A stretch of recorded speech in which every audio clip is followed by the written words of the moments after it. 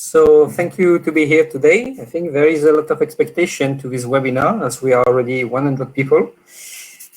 So I would like to welcome you to the unprecedented MAT 2020 material challenges, new materials. Okay, so valuing new material success stories of application sectors.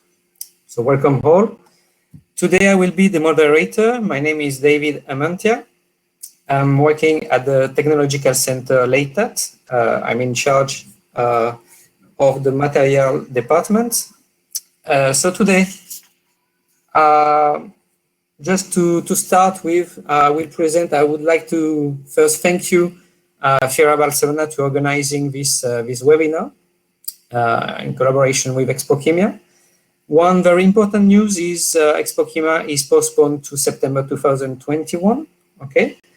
But we'll be doing this kind of webinars all the way long until we get to reach this date. Obviously, you can imagine why, because of the COVID-21. But anyway, science is still here, so we will work to get a very nice Expoquimia in 2021. So. What I would like to start with also, what is MAT 2030? MAT 2030 is a premium space that will be in Expoquimia in Barcelona, where you will find what would be new in raw materials, green chemistries, advanced functional materials. So all of these very important materials that will be developed and are developed at the moment for, of course, applications very trendy, like CO2 recovery, use, water treatments, energy, so new batteries for electric vehicles. All of these will be in Expoquimia. So I'm going to start saying, but the questions will be at the end of the sessions. So we will have the chance to have three presentation led by Ana Sanchez from Croda, Rosa Puig from Novamon, and Lakobos Yakumis from Monolitos. Okay, so I'm going to introduce you these three speakers. Starting with Rosa, who is going to be the first speaker. So Rosa Puig was graduated in environmental science and specialized in environmental communications. She began a professional career in the environmental consulting sector, focusing on waste management, the organic waste sector, the composting process, and the key to closing the system obtaining a quality product. Accordingly, she was introduced to the world of biodegradable and compostable plastics, a solution of the collection of organic waste, which allows moving towards an efficient model in resource management. For 6 years, she has been collaborating in the Iberian market with the chemical company Novamont, a company that produces the family of biodegradable and compostable biopolymers. Matter by.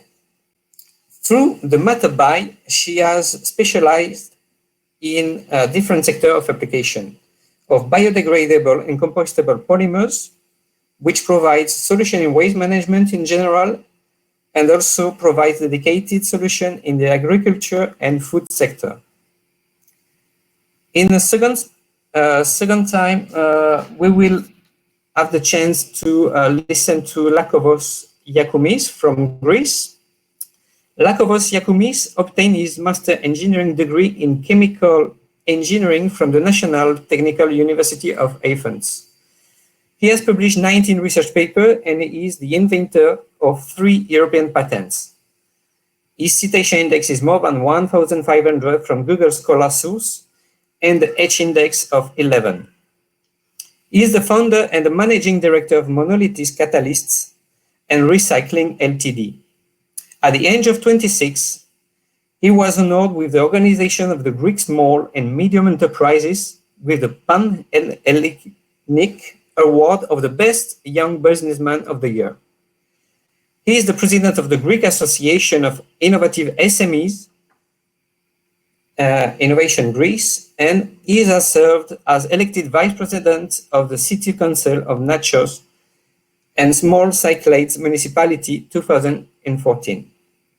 Finally, we will have the chance to listen to Ana Sanchez from Croda Iberica. So Ana Sanchez is chemical engineer by the University of Salamanca in Spain, specialized in environmental engineering.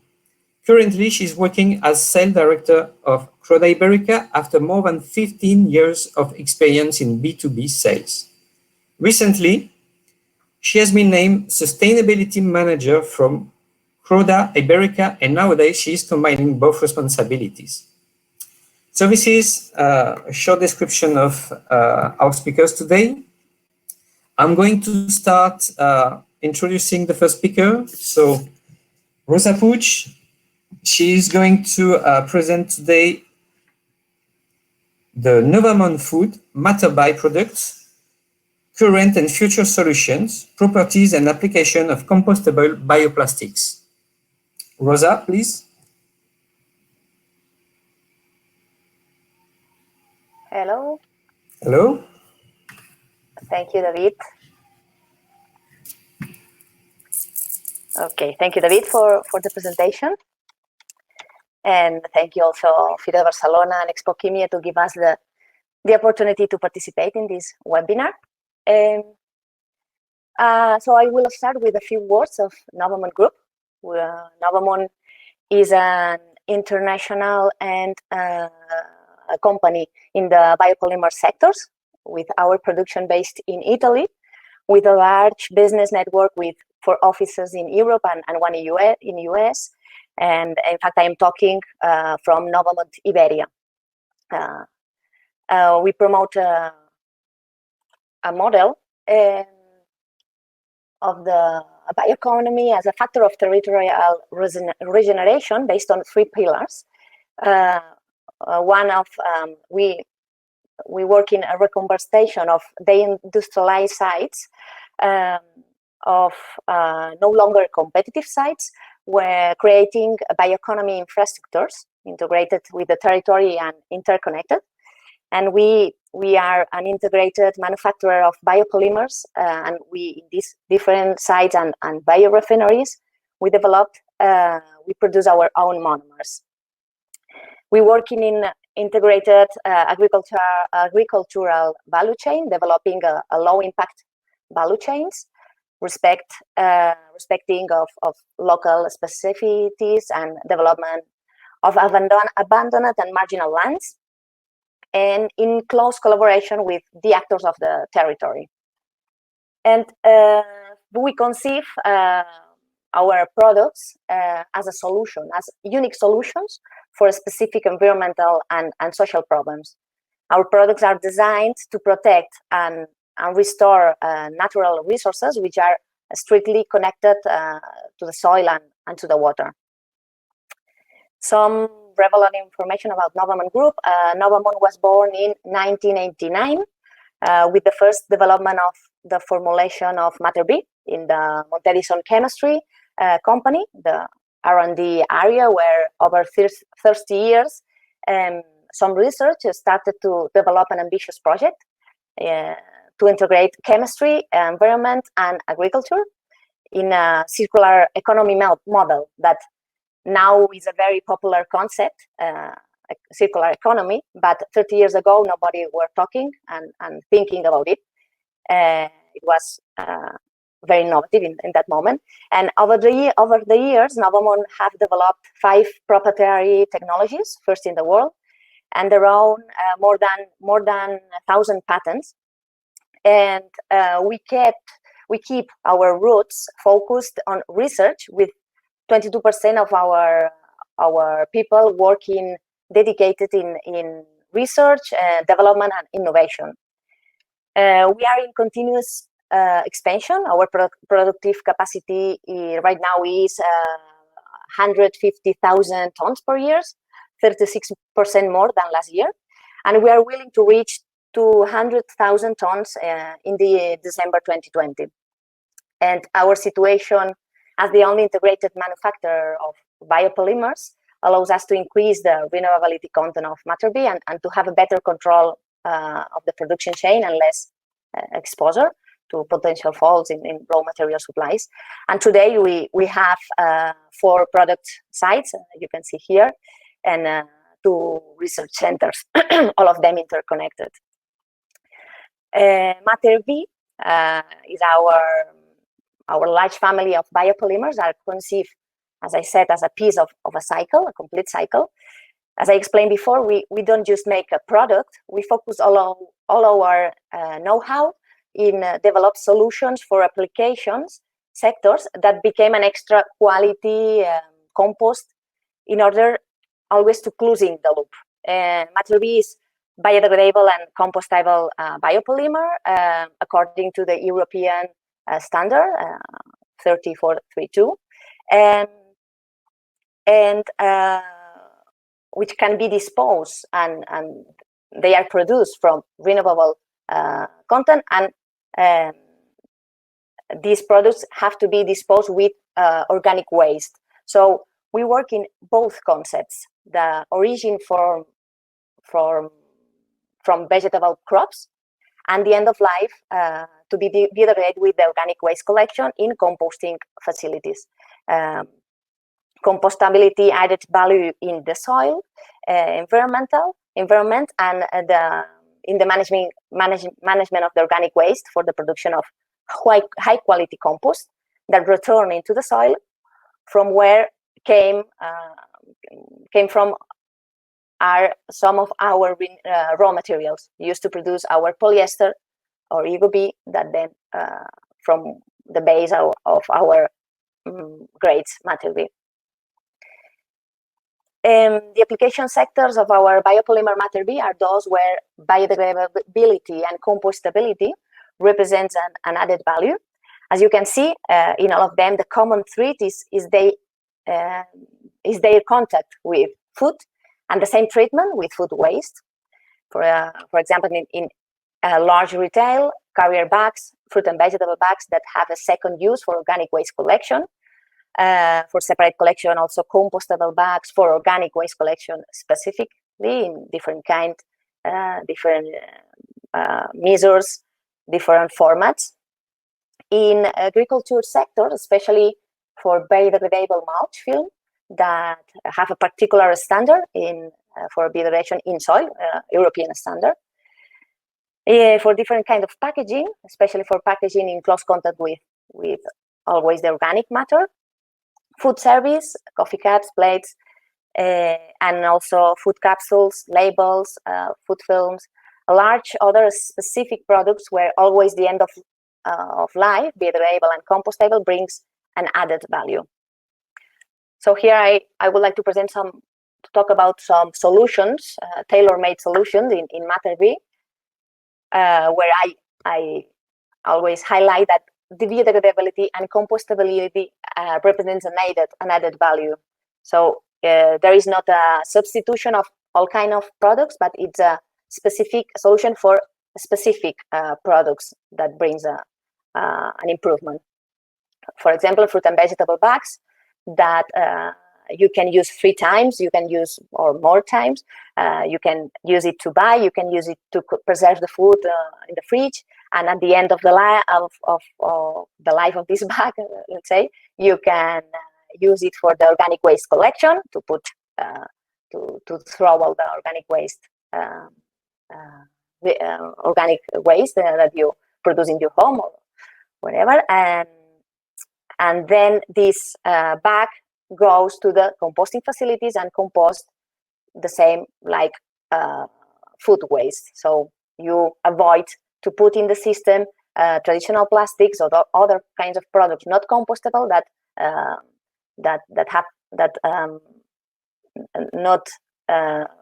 you at the end you produce a low quality compost. So we are working to produce a high quality compost.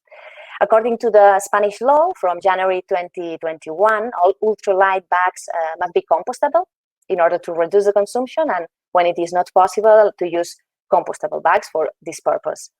And it is very interesting and tested, and a tested tool that allows to increase the quality of the compost at the end.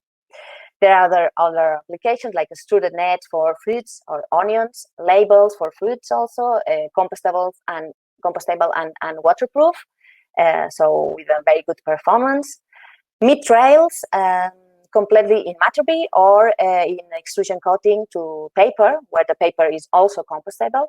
So you can avoid having a packaging with two different kind of materials that must be recycled in different flows with a completely compostable product. Also, this paper for cheese, for salami, paper with Matter-B film, or coffee cups for hot liquids in extrusion coating, also with paper, or completely in Matter-B, like this picture you can see. And then there are multi-layers barriers packaging for long shelf life products that now you can produce it completely compostable, improving the end of life with organic recycling, because in some cases mechanical recycling is often not possible due to the layers of the different kind of materials. In a compostable product, completely compostable, you can improve the end of life.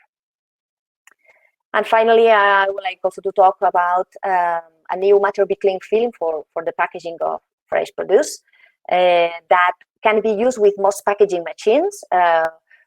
Till now, we had a Matter-B cling film for use, home use, and now we can use it in an industrial way, and it's a very interesting product. So that's it. The conclusion. I take this information from ARC, Agència de Residus de Catalunya, that at the end, the conclusion it is that the contribution of compostable bioplastics are positive in all steps of the bio-waste management cycle, till the generation to the compost, and it allows us to close the cycle. Thank you for your attention. Here you can see my email. You can contact me for any questions, and then we also can solve some questions in the end of the webinar. Thank you, David, and thank you all. So thank you very much. That was very interesting. I've got many questions for the end of this webinar. But before that, we will ask Lacovos to introduce us to what is monolithos. Okay, so I will give the end to Lacovos. Maybe we might have some problem with the connection, but we'll try that now.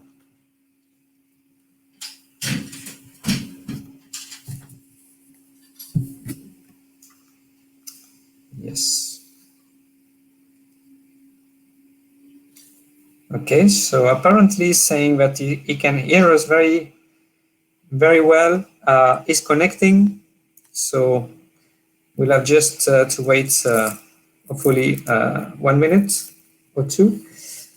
So I just want to say that this last talk from Rosa was very impressive, as we all know that getting renewable plastics nowadays is what we have to do, and I'm very happy to see that there is companies giving everything to get this kind of plastic today, which is not easy, as you know. Let's see. Still connecting.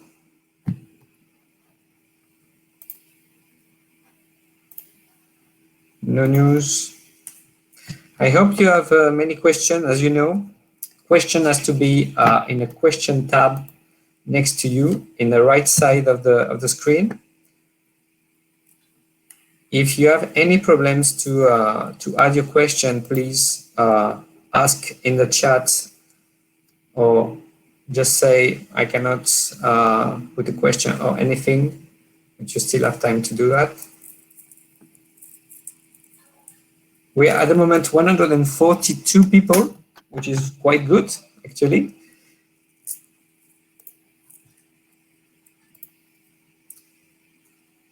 So if we don't have any news, any possibility to connect with Lakovos or Anna, we might start the question session now for Rosa, but we still wait a little bit. Oh, nice to see you. Hello, hello, David. Sorry. Hello. Hello, Hello, Anna. good morning, everybody. And sorry because we have had different technical issues. And I have to say thank you very much for the technical support in this webinar because has been a really important point to be today connected here. So happy to be here. So And thank you. I'm just going to introduce you as it is due. So Anna is going to from Croda Iberica is going to present Croda Europe turning the world's products green, 100% bio-based eco range of surfactants. All yours. Thank you very much, David. I'm going to share my presentation if it works. Okay,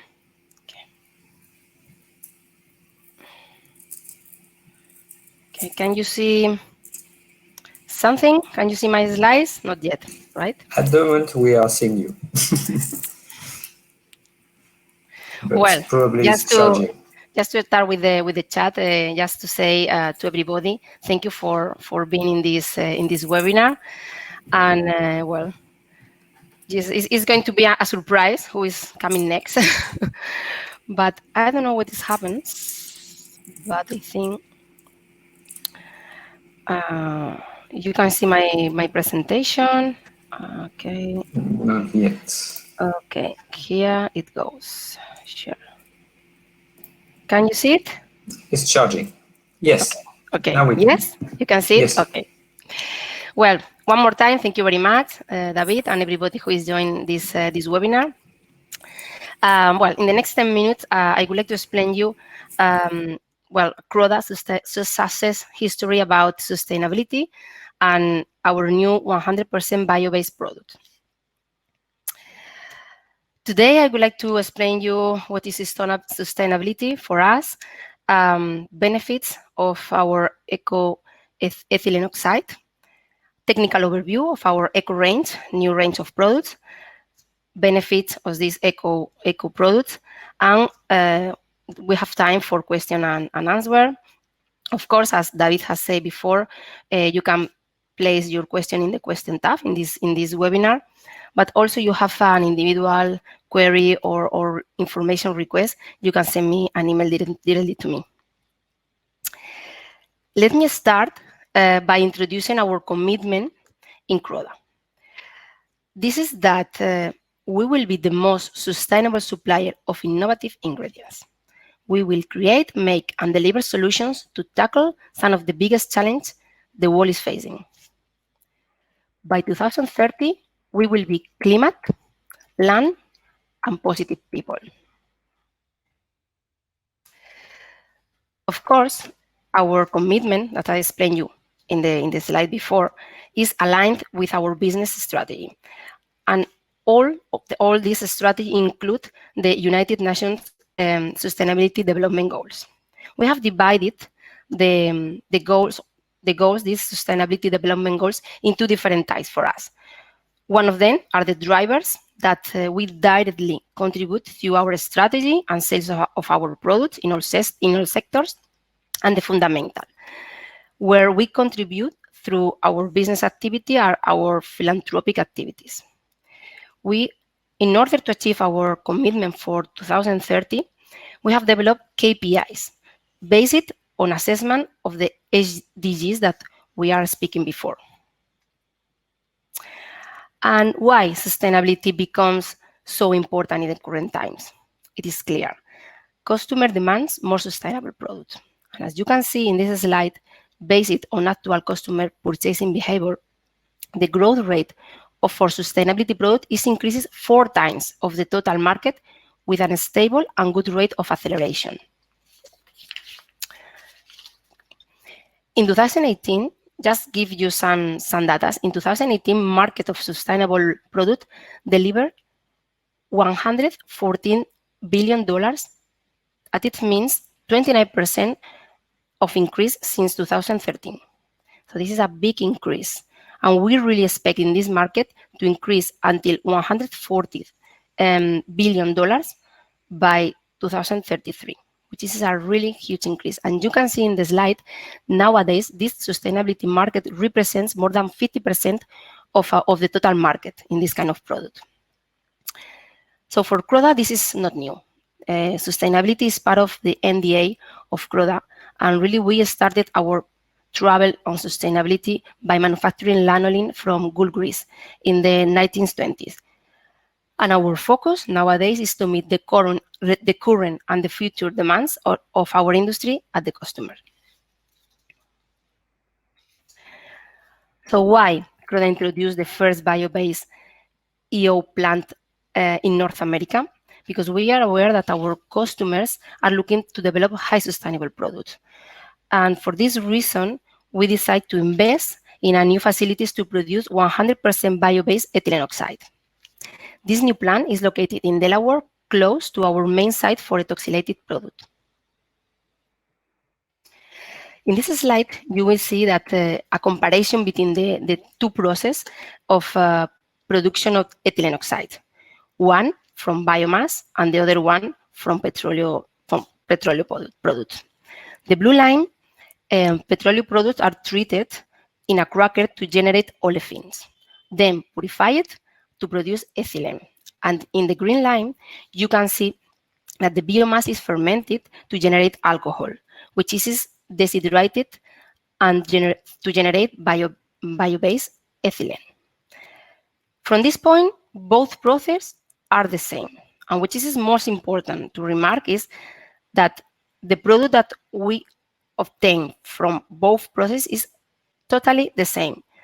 Ethylene oxide from the petroleum route and the bio-based route is chemically identical in both cases. So now that allows us to make the same high-performance product, but now with a 100% bio-based content.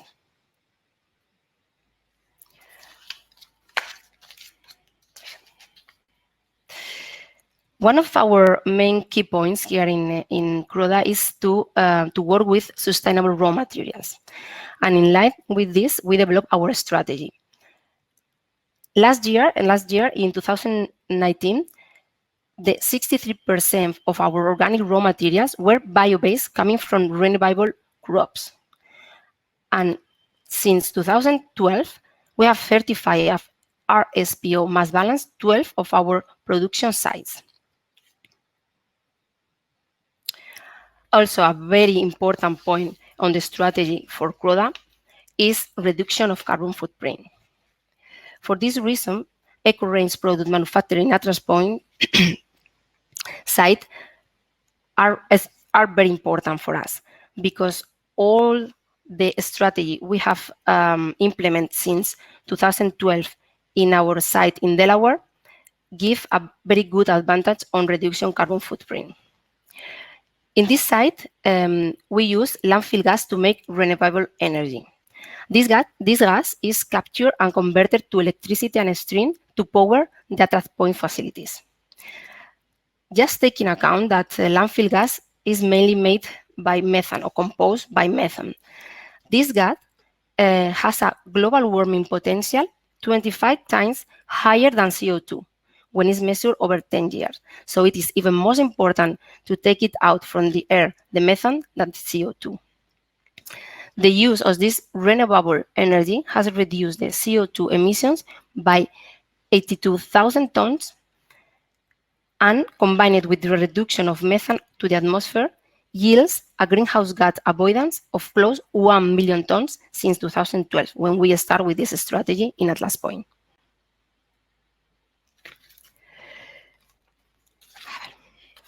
Here, In this slide, I want to remark the big carbon footprint reduction that our eco-range products show. As example, in the graphic, you can see the carbon footprint reduction for our polysorbate 20 made in Atlas Point in 2 steps. The first step gives us a 10% of carbon footprint reduction per kilogram of product produced due to use of bio-based ethylene oxide. In the second step, we get the additional 18% reduction thanks to the use of renewable energy that we use to produce in Atlas Point. So that gives a total carbon footprint reduction of 28% for our new Eco 2020. Sorry.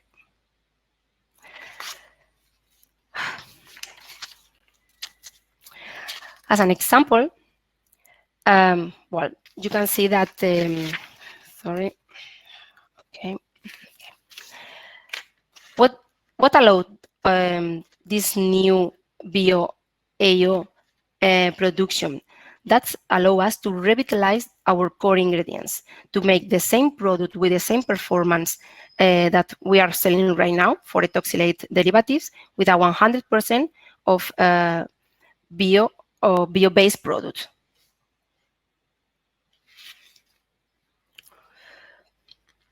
Which is very important to remark that our bio-based ethoxylated product show the same performance that equivalent product made with petro-based ethylene oxide. So now, formulation looking for a 100% bio-based surfactants don't need to be forced to reduce or to sacrifice the performance. As you can see in our graphic, our 100% bio-based ethoxylate alcohols give a higher performance versus APGs in soil removal tests, which is a very good news. It is very important also to remark that our products are US certified bio-based product by the government of United States. Just an example, a very quick example. Here you can see a simply bathroom cleaner formulation using a standard version of product that you can find from the Petro EO alkoxylated product. And here you see that the 68% of this formulation is bio-based. Just by swapping the petrochemical version for the our eco-range bio-based versions of this ethoxylated, we increment 32% of bio-based content in this formulation, taking or having a 100% bio-based formulation without reformulation. So here you have a list of the many benefits of our range can give you in your formulation and to the final customer. When you accumulate many of these benefits, you have different layers of benefit that include sustainability with renewable content and RSPO, safety and green labeling with safety choice and US certified bio-based product, and carbon footprint reduction with renewable energy. So when you add our eco-range product, 100% ethoxylate product, you bring all these benefits to the customers. Nowadays, we have developed more than 50% product in our full eco-range portfolio. And today's webinar have been very focused on cleaning market, but all our EO ethoxylates can be used in different sectors and applications, as cosmetic formulations, construction, bio-based polyurethanes, coatings, and many others, where petroethoxylate products are present. So please, for further information, send me an email and I will be happy to give you the information you need. Just to finish and to conclude, it is clear, well, that our industry, countries and consumers are demanding more sustainable products and a change in the future. So with our eco-range, we have shown that we can meet those needs and give a high performance with 100% bio-based ethoxylated product without sacrificing performance and without sacrificing sustainability. Thank you very much for your time. I hope you like the presentation. I will be happy to answer all the questions you have. For now, I will pass back to David. Thank you very much. That was very nice. And yes, as you said, we will have the question. There is already many questions on the right side. So that's very good. If one day you need to do a moderator for a webinar, please don't get a moving seat, because I see that I'm moving a lot. Okay, just just a recommendation. Now we are going to pass to Lakaros Yakumis. Hello, Lakaros. So hello. we had some. Yes, we can hear you and see you well. We had some issue earlier. We are just maybe 10 minutes late, but I think that's nice. That's all right. We can just carry on. We see your presentation. So I'm introducing this innovative CRM substitute technology for public authorities vehicle catalysts. All yours. Okay. Thank you for your firstly, I would like to thank FIRA Barcelona and Expoquimia for giving us the floor to present our project. And secondly, David, I'm sorry for the connection problems, but I think that now we're okay. The aim of the presentation is to introduce you and to present a European Institute of Technology project called InnoCat. And the full name is Innovative CRM Substitution Technology for Public Authorities Vehicle Catalysts. The project is an innovative project targeting the RISC countries. By RISC is the Regional Innovation Scheme countries of Europe, meaning that the countries that they have moderate innovation capacity. The coordinator of the project is Monolithos, the company I'm the CEO of it, and we are collaborating with 11 more entities around Europe from 8 countries. The aim of the project is the recycling and the substitution of platinum group metals in automotive catalysts, particularly for heavy-duty vehicles. Why are we doing this? I think you know, all of you, you have seen and you know that the heavy-duty vehicles that going around in the European roads, most of the times they are old vehicles or vehicles that they are used a lot under very difficult circumstances. Thus, in our project, we will try to make a roadmap for public authorities in order to make policies and recommendations for retrofitting these kinds of vehicles with Euro 6 catalyst and for recycling the platinum group metals that are contained in these catalysts.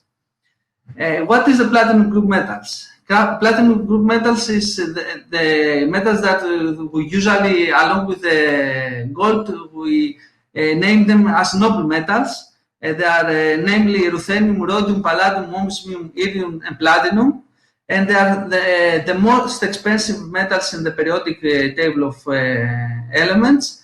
And they have, and here in Europe, we don't have resources, meaning that all European Union, they are importing these elements from south of Africa and Russia and south of America.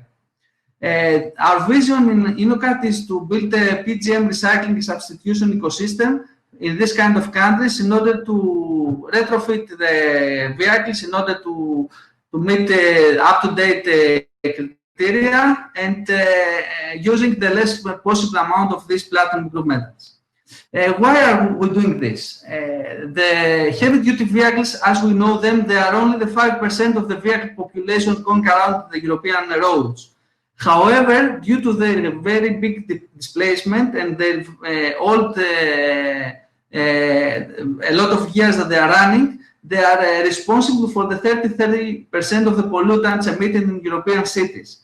So this is a very big of the pollution in our cities issue, and we have to deal with it.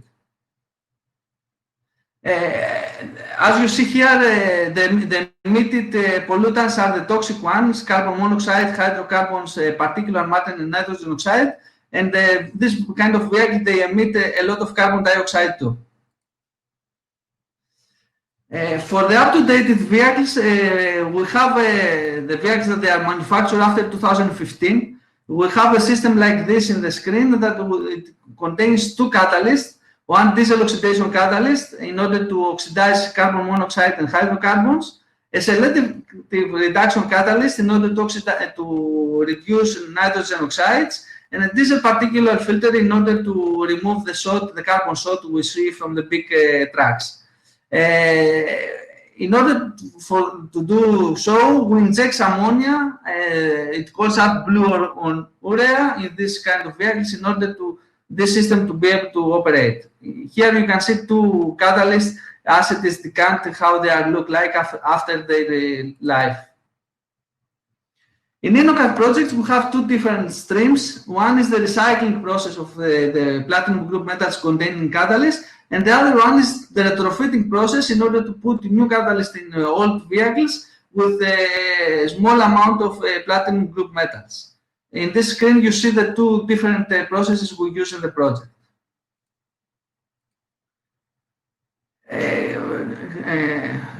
We're starting from a recycling process, and in order to introduce you how we do it and what is the most important things in the recycling of spent catalyst of heavy-duty vehicles.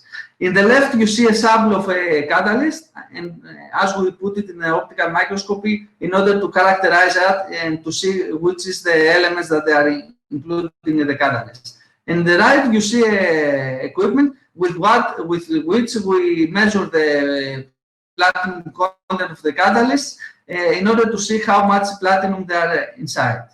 Here in these three pictures, we see the catalyst as we get it from recycling, the images from optical microscopy, and the full catalyst in the right. As you see in the right bottom table, the platinum content of this kind of catalyst is 2.8 grams per ton of catalyst, meaning that it is 2,800 times more platinum in this catalyst than we can find in an ore that we exploit in South Africa or in South America in order to get platinum from a mine. So it's a very concentrated material containing platinum group metals which are very expensive and should be recycled. And here you see how we make the recycling of the platinum. We are homogenize the corderite as we saw it before, and then we'll calcinate it in order to get rid of the soot that it is on the catalyst. This is the process we are using. The most important part of the process is the leaching, is to make the platinum group metals from the solid to the liquid state in order to be able to separate them. In monolithos, we have made a process, an industrial process, using the least possible concentration of hydrochloric acid in order to leach the platinum of catalyst. And as you see in the table here in the left bottom, we are able to leach 95% of the platinum of this kind of catalyst, and so we can recover 95% of the platinum that is in this kind of catalyst. The other issue we have to deal with is how we reduce the content of platinum and platinum group metals in this kind of applications. Here you see a track and the catalysts as I described them before. In monolithos, we change the urea system. We don't inject ammonia in the after treatment of the track because it is toxic and to have to emit it after that. And we developed and patented an ORS system, as you see it here, which is a membrane which is able to take out the oxygen from the emissions. And why this is important. Here is how we do it. Here is firstly how we upscale our synthetic process route from small catalyst. Here in the left we see how we make powder and catalyst for small vehicles, that it is our core business, and how we upscale to 10-liter catalyst in the right with bigger equipment. We have patented this technology last year in 2019. In order to use catalysts like the one I showed you before, the oxygen content of the emission should be around stoichiometric equilibrium, meaning that we don't have to have a lot of oxygen in the after treatment. As you know, in all diesel cars, there is a lot of oxygen burnt in the engine. That is why the catalyst cannot perform very good in this kind of conditions, and that is why we have the Dieselgate problem in 2015, that a lot of even light-duty vehicles could not work properly with their emissions.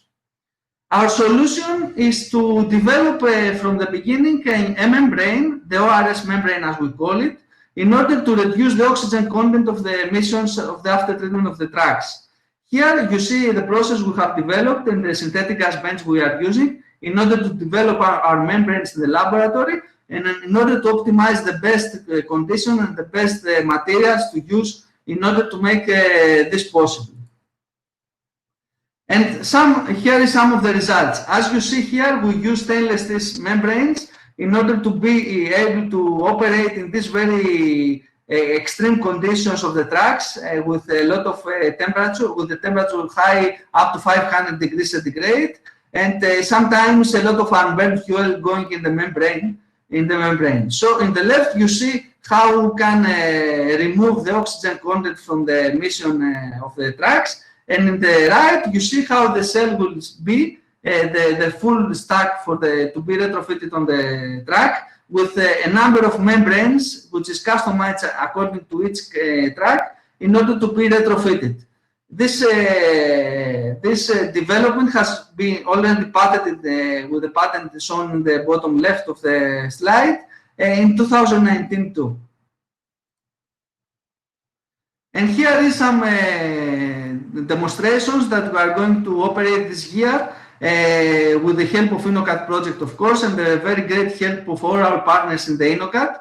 We are going to make retrofitting in 7 different countries around Europe with trucks like the ones that you are seeing in the photos. This is the truck in the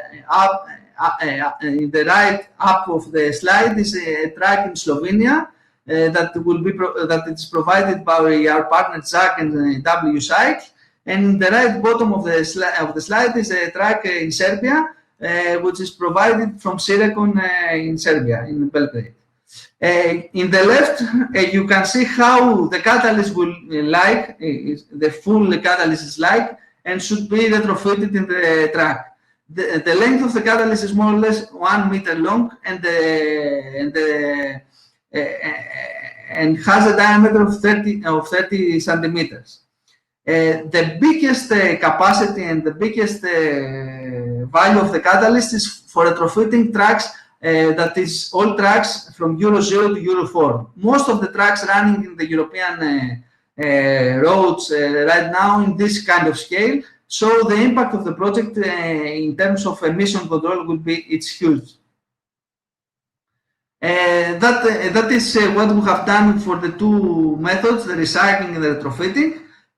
What we are currently doing in the terms of the EcoCat project is we are further optimizing the membrane and the composition in order to have the best possible reduction of the oxygen of the truck emissions. We further studied the conditions, especially the humidity and the durability in this kind of very rough and extreme conditions. And the next steps that we're going to be taking in July and August is the mounting of catalyst to the heavy-duty vehicles. As I showed to you, in the terms of recycling, we were very successful. We recycled 95% of the platinum contained in this kind of catalyst, and that is why we are sure that we can use recycled platinum in order to make new catalyst, closing the loop and having a circular economy concept in this type of applications. Thank you very much. Thank you very much. That was nice, clear, and I think the point is there, no? Recycling the catalyst, very expensive ones. So now we are going to get all together to start answering some questions There are some of them in the right side of the question tab. There is one quite demanding. Well, actually, there is 9 people asking for it. So Fanny Gonzalez Rodriguez asked basically, I'd like to know the composition of the bioplastic, matter B. Can this be revealed? Can you give us some indication, Rosa? Yes, you hear me? Yes. So our main production is cornstarch based biopolymer. So, but we have also some PA base grade, and we produce our monomers from azelaic acid from vegetable oil from a thistle plant, and biobutanediol that we produce in our biorefinery from sugar fermentation, a second generation of sugar, and we are studying the use of sugar derived from lignocellulosic biomass. This is the main composition. I don't know if this answered the question. Yeah, I think so. I think so.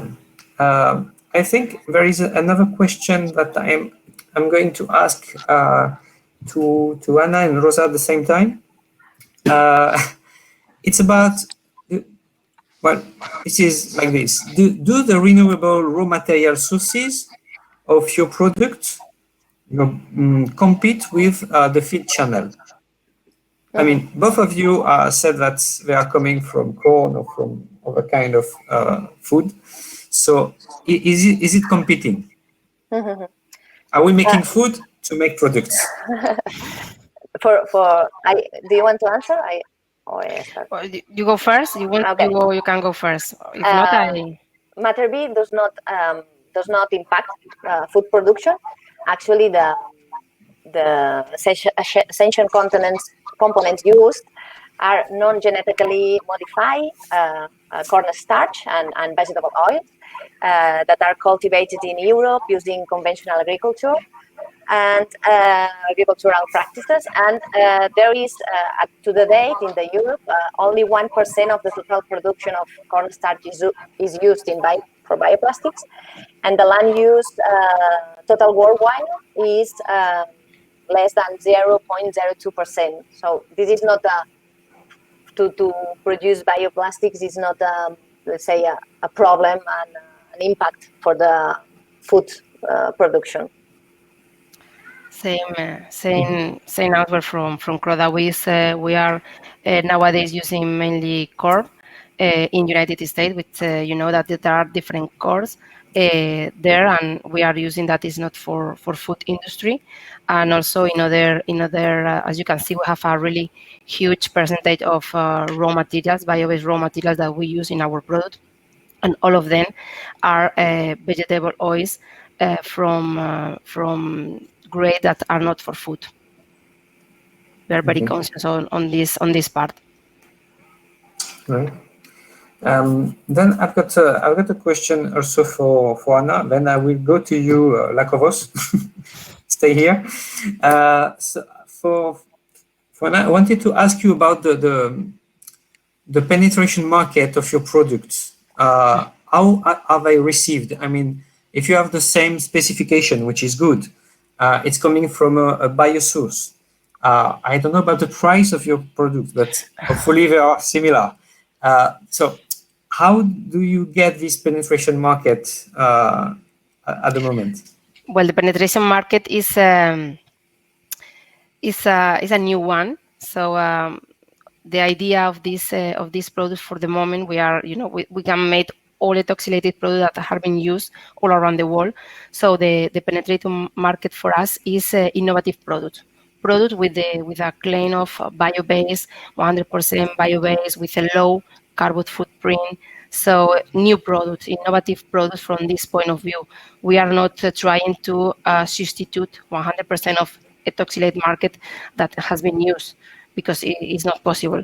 So, for example, in a detergent, we are targeting customer and formulators that are looking to claim to give the customers a 100% bio-based product that can be recognized for the use the bio-preferred product in United States. Oh, we've lost Sana. Anna? Well, apparently she's down. Okay, so we'll try to get her back in a moment. I'm going to ask Rosa and see if there is a relation with Lacovos. About Rosa, do you use catalysts in for the recycling of the bioplastics? Hello again. I lost contact. Oh yes, sorry. So we were going Rosa, we were going to as jump to another thing. David said, I think the next question was about what is the route you are going to go into the market with your bio-based biopolymers. Which is the approach that you use? If you can explain. So you're asking this to Rosa? Okay, no. To me? Yes, because as David say, that the question was for both. I can imagine that he's asking the same to you. Right, David? Well, actually we didn't, but I was going to another. I was going to another direction, just asking if Rosa was using catalyst to recycle the bioplastic or not, or just to come to the catalyst field. No. So do you use any catalyst? In our recycling processes of our products are together with food waste. So in composting facilities or organic waste treatment facilities, composting plants mainly. So the process is a natural one. Let's say it's what happened with food waste in the environment actually, but in a process with the microorganisms transform our biopolymers in CO2 and water and biomass, the same way that happens for orange or no what kind so of food. in that case you are not using any catalyst to degrade them and to make them. What? And to make them, to make your bioplastics. There are some processes, but I am not actually the people who follow the process before. I can answer you another time. Okay, no problem. No problem. So I'm going to you, Lacovos. I've got some questions. Also because of the market, I think it's a huge market. Recycling catalysts, and especially the market you are targeting, with the trucks and retrofitting them to get a Euro 5 maybe. So my question is, where is the price increased in your process? Is it mainly in the dismantling of the car? How do you get your catalyst to recycle it? Okay, just to answer first the market size. Nowadays, with the Euro 6 catalyst, the cost of the after treatment, meaning the cost of the exhaust of what we used to call exhaust of a car, is more or less half the cost of the whole engine of the car.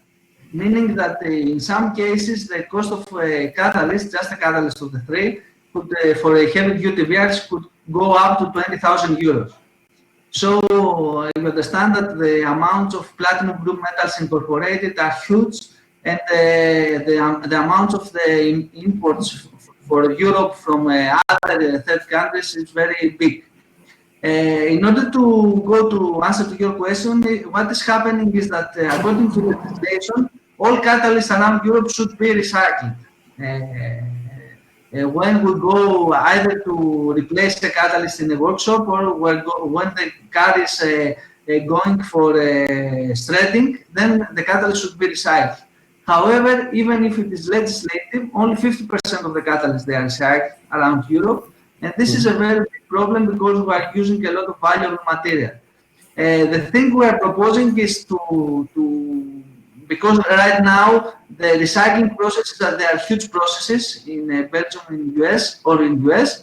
And what we are proposing with our recycling technology is to make small process that every recycler could have in-house. Make it easy for him to take an alloy or a mixture of metals in-house and then to trade this, making the recycling rates even bigger.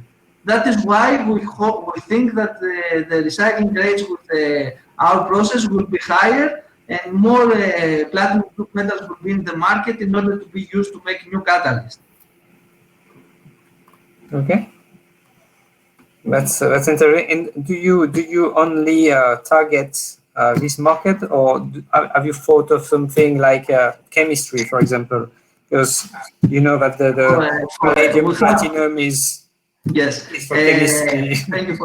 Thank you for the question. We're a catalyst producing company, meaning that we have developed a catalyst production route. We call it Prometheus, and we have patented this last year.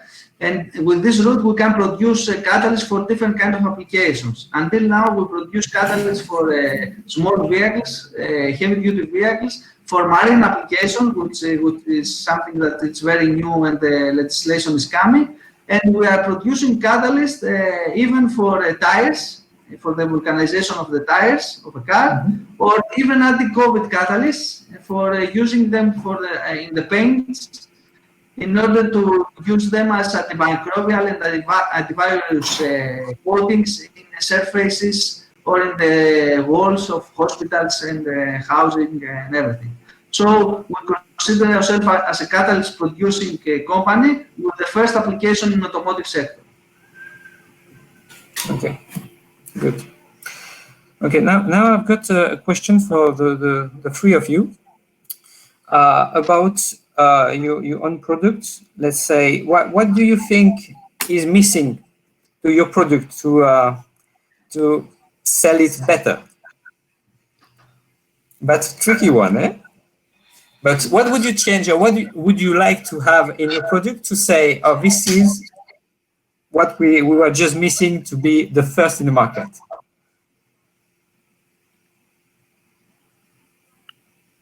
Wow. Who first? It's not an easy one. Okay, yes. First, because well, we are the first in the market. Doing this kind of the 100% ethoxylated product. So we just need to find the the market and the development of the high sustainability product market, and the answer from the final customer is here. So the movement is here, and we expect to increase sales and to have development and good sales of this product, because we are the only one suppliers and producers for this kind of products. Mm-hmm. Okay, and Anna, but for example, from what you said, you are going down with the footprint, the carbon footprint. Do you think you reach a minimum, or you still think that you can go lower than that? We want to go lower. This is this is in our commitment.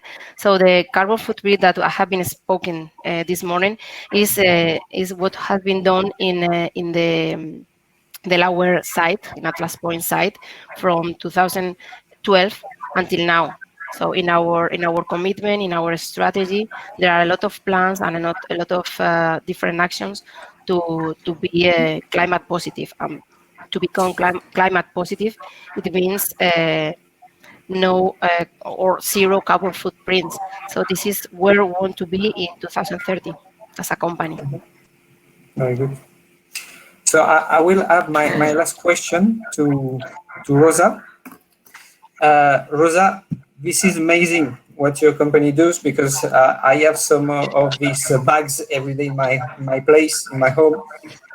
So my question is, from the competing materials point of view, what are the limitations of the bioplastics nowadays? What would it be? What to completely remove the non-bioplastic? No, you've got we cannot hear you. Yes, now. Okay, in the context, you mean? No, what should? I mean, we still have many polyethylene plastics in the market, I mean, everywhere. Yeah, So what do you think would be the change, the big change to remove that? I want to highlight that our scope, let's say, it's not to change all kind of products in traditional plastic to compostable ones, or in matter B in this case. We think that there are specific applications that it had to be they have to be compostable. No, when I explained in my presentation, when there is this added value at the end of life that you can compost them with the food waste. For example, for us, there is no sense to change, I don't know, a water bottle in PET to be compostable, because this material you can recycle mechanically very well, and it's with water, so it's not it's clean. Let's say, no, you can recycle very well. So our focus is to go to, I don't know, coffee capsules where the coffee is in the capsule and it's very difficult to separate them, so you can compost them. You think about the bag, the compostable bag to collect the organic waste, that when you use polyethylene bag to collect organic waste, this polyethylene bag goes to pollute, contaminate the treatment. So it needs a pre-treatment, and this is more expensive, and the compost at the end is not high quality. So I think that the scope is to go to these materials, to these applications specific, and legislate them, because there is no sense that to put in the market packaging or products that are not recyclable, or there is no solution to be very well recycled, like materials with different layers, with different kind of materials that they are not recycled, because it's impossible to recycle 5 layers with different materials. So there is useful to use a compostable ones, or where the organic matter is very present in the end of its life. Here there are our let's say our focus, and the context is needed. So in Europe, the directive will obligate the organic waste collection in all Europe. But for instance, here in Spain, we don't have already a large system, organic waste collection and treatment in all the territory. So I think it's very important to work on it, not because of our specific materials, no, but for improve the management waste, and to improve the efficiency and the recovery of all the materials and all the waste that we produce. I think this is the path, let's say. Yes, I think we all agree with this. So that's right. So thank you very much. I think we are getting at the end of this wonderful webinar. So I would like to thank you all three to be here with us. I think we had quite a high attendance here. That was very nice. So hope to see everyone in the next webinars organized by FERA. Thank you again. Any question? I think you can still have a look at the question. You've got the contact of the presentations. So thank you very much, and hope to see you next time. Okay. Thank you. Thank you very much. Thank you very much. Bye-bye. Bye. Thank you.